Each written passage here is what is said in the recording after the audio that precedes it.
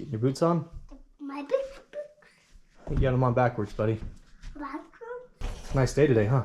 That's a nice day. Nice day? Yep. So we got a lot to do. Roger. And we got a lot to do. We're getting a little bit late start to the morning. Just had Ellis with me this morning and had to feed him breakfast and get him going. But it was, I think it was about 30 degrees this morning when we got up, and so we had a bit of frost and even a skiff of snow on the ground, but it's starting to melt off here pretty quick. So we're just heading out there to feed Sweets or bottle and go about the rest of our day. Got quite a bit going on today. Got more fencing to do. And I want to start working on this corral over here. So we got a new chute I wanted to show you guys and kind of show you what our plans are with it. See, if you just look here on the shaded side of this dirt pile in front of this fire hole, you kind of see the skiff of snow that we had, and the frost just hasn't melted off yet. We come in. One sweet.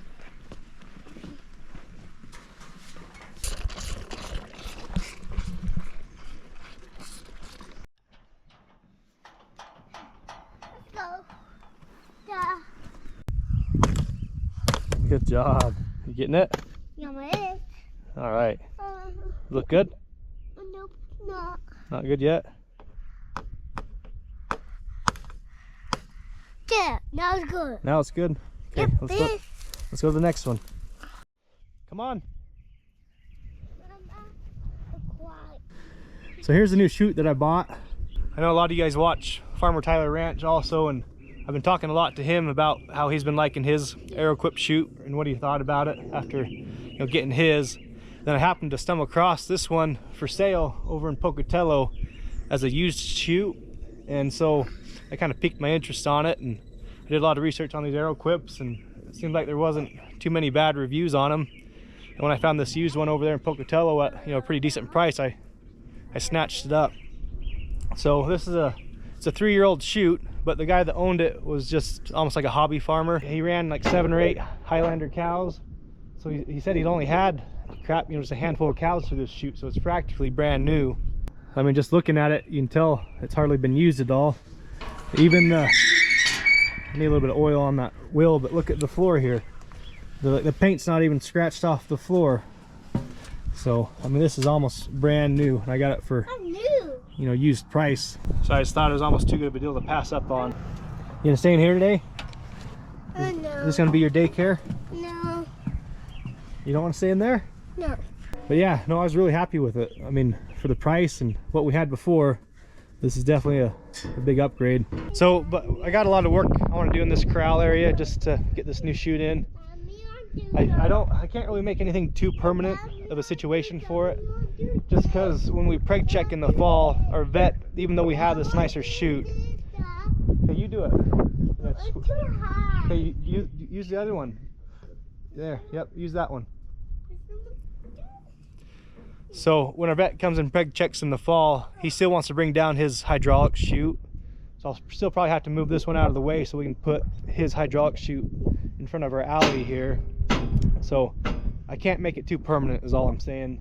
But I do want to maybe dig out a hole and put some railroad ties in the ground that I can set this on, just so it's not sitting in the mud. And when it sits in the mud and all them cows hit it time after time, it kind of wears itself into a hole and makes holes for it. It sits in a hole almost after the cows go through a bunch. And I want to do a little bit of work with our alleyway here. Let's show you.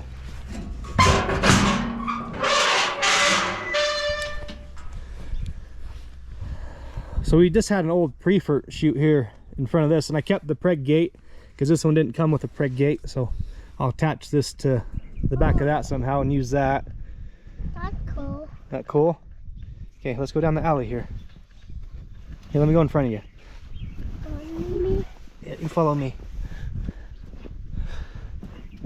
So you go down our alley.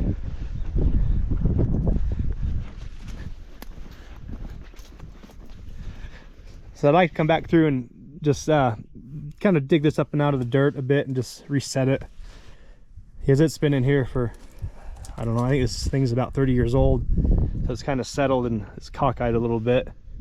I'd like to widen it out as much as I can also, just to make it easier for some of these bigger cows and bulls to get through here.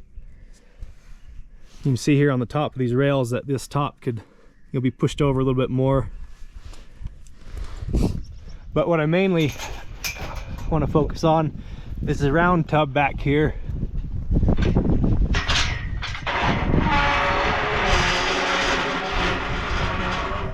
So when my dad installed this crap 30 years ago, they just had to kind of finagle it in here to get it to fit, because with this loading chute here, you had to have your corner here, and this round tub was too wide to really put anywhere else, so it's kind of in here cockeyed. And so this opening right here to go down the alley to the chute is pretty tight, and a lot of times the cows don't want to make this turn into here. Like I said, it's fairly tight for them, so what I'm planning on doing is just ripping out this old loading chute, just ripping the whole thing out and just shifting this whole round pen that the cows will enter right here where the loading chute is at now. So we'll be able to swing this whole round pen, I don't know, 60-70 degrees this way, and that will make our opening over here square, so them cows can get down that alley easier.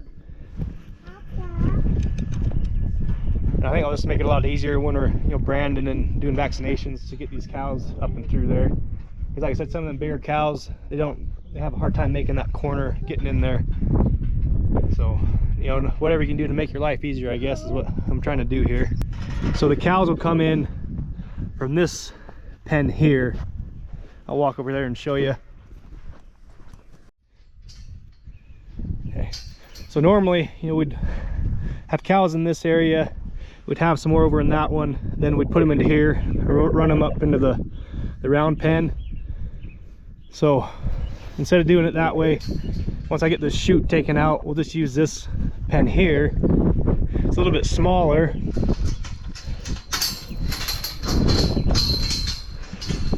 but just imagine that chute not being there.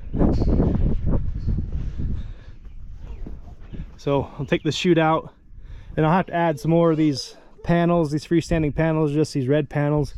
Haven't figured that part out yet. But then the cows will just run straight into the round pen and hopefully go right around into the alleyway. Then to replace this old chute, I'm planning on just building like a portable chute that I can skid around, probably using some pipe or whatever else I got around here to make that chute. And then this is a fairly old chute. I mean, older than I am for sure, and probably just as old as my dad. But the floor is still in pretty decent shape, so I'll probably try to use the floor somehow in the chute that I build, just to make use of it. And we'll keep all the boards in halfway decent shape, but a lot of these boards are old and cracked, and they've had a pretty long life. And these railroad ties are probably in decent shape, these two, and that one down there. And then this corner post is actually an old cedar post, and I mean, it's way older than my dad, so I don't know what we'll do with that. We'll just clean up some of this junk here. Just like I said, just try to make this easier to work.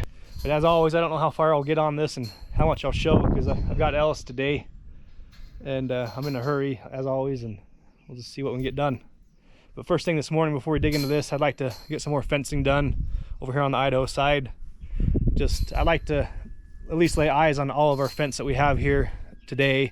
I've already done all the Wyoming side, so I'd say three quarters of our fence is done, at least stapled back up. I still need to go back through and splice some wires back together and tighten a few places, then put in a few posts in a few places also. But I haven't even looked at this Idaho side yet, so that's what I want to do this morning. Just go out there and staple up the loose wires, and then mark where all my broken wires are and see where we need to put fence posts in. And then another day I can come back through and finish that. But I've got a lot of help today, so we'll see how far we can get.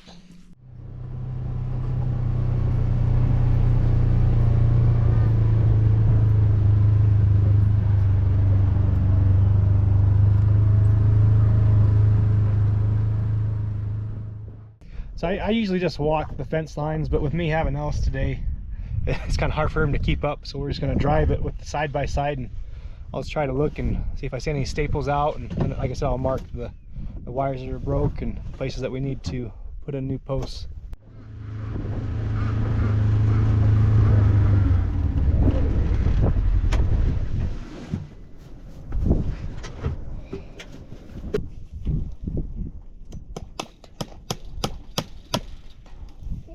Okay, bring some staples.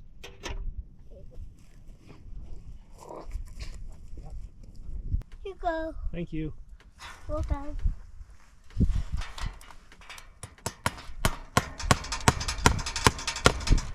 There.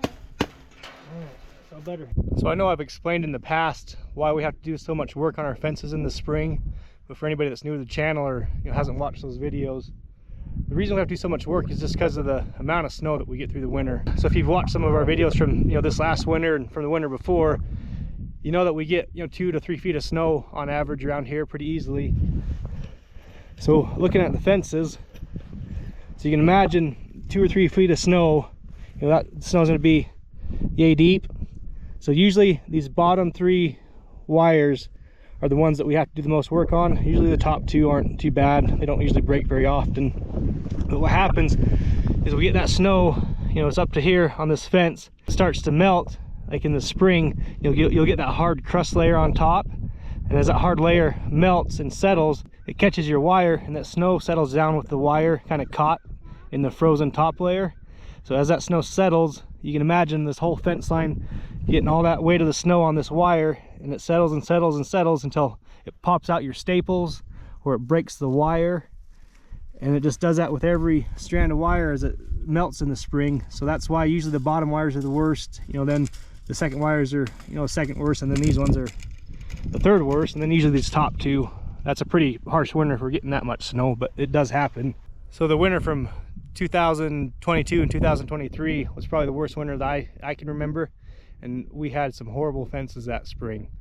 And if you remember some of my videos from last year when I was up on the range fence trying to fix some of that, just the mess we had. And luckily, we had a decent amount of snow this year, but nothing like the year before. And so the fences are in decent shape, but they're not in the best shape I've seen, but not too bad. You coming? You tripped? Yeah, you gotta watch out for them branches, huh? Yeah. It's kind of thick in here, isn't it?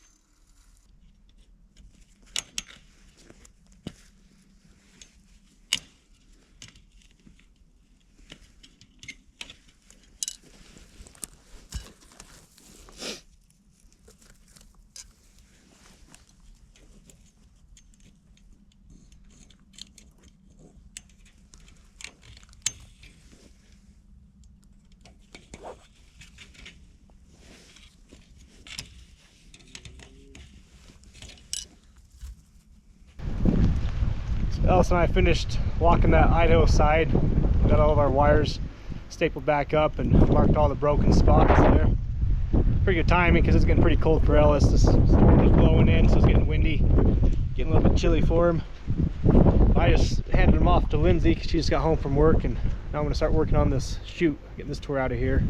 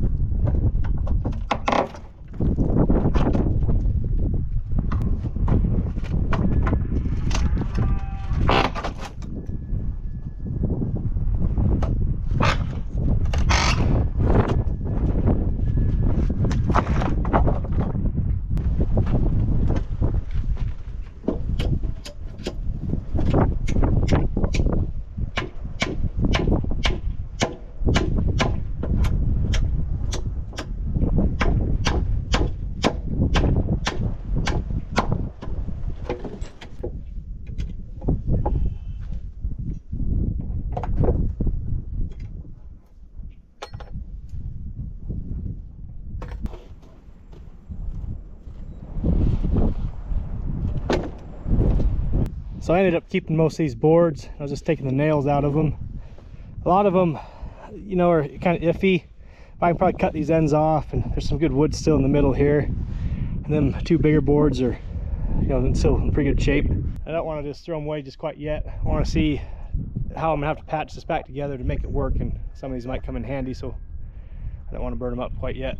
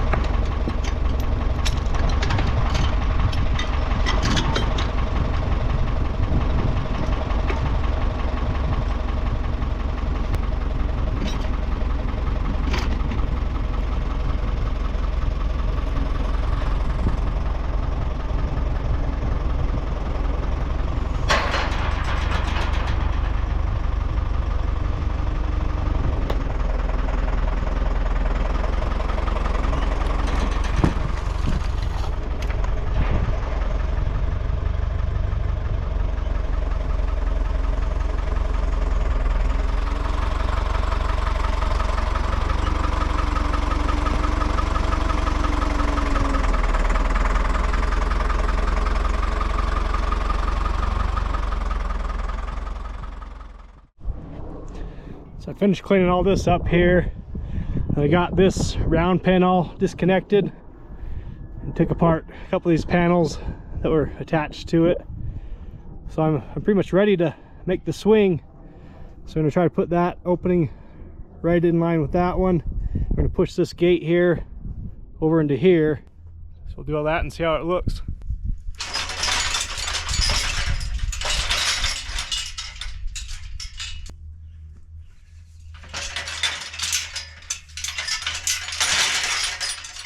My camera died on me last night, so I wasn't able to show you guys everything I wanted to show you. I'm just back out here this morning trying to get this wrapped back up and just get it so we can use it again.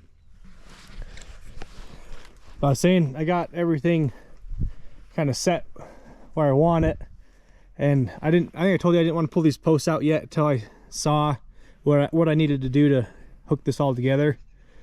And I don't want to make anything permanent yet either, so I want to just kind of scab this together for now and just see how it works. And maybe we don't like the way it's set up, and maybe it's not letting the cows flow as easy as we thought. So I just want to kind of patch this together for now, when we can run a few cows and calves through here and just see how it works. And then if we like it, we'll make it more permanent.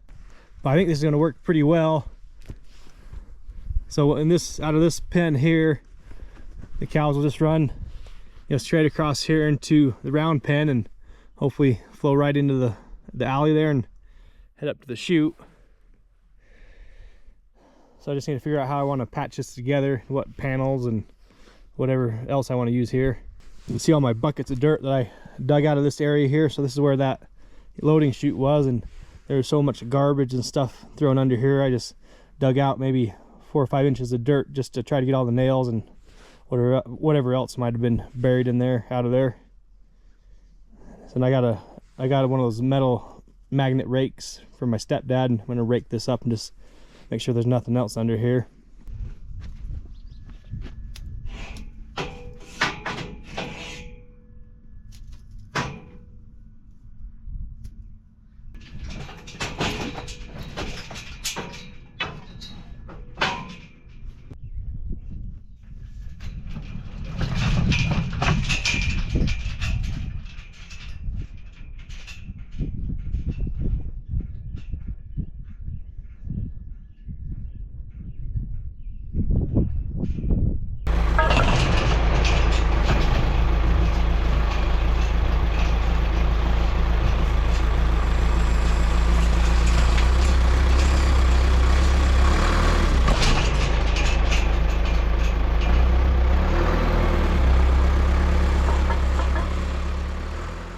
So I got this chute set in place, and I was saying, I haven't really done anything with it yet because I want to get some cows through here first and see how everything flows before I even put the railroad ties or anything down in the ground. And luckily my dad has, I don't know, I have 15 or 20 head that we need to run through here probably this week, and we'll see how it works then. So if we like how it works and how everything flows, I'll come back here and put these railroad ties in the ground and give this a better foundation to sit on. But until then, hope you guys enjoyed this video, and thanks for watching. Have a good day.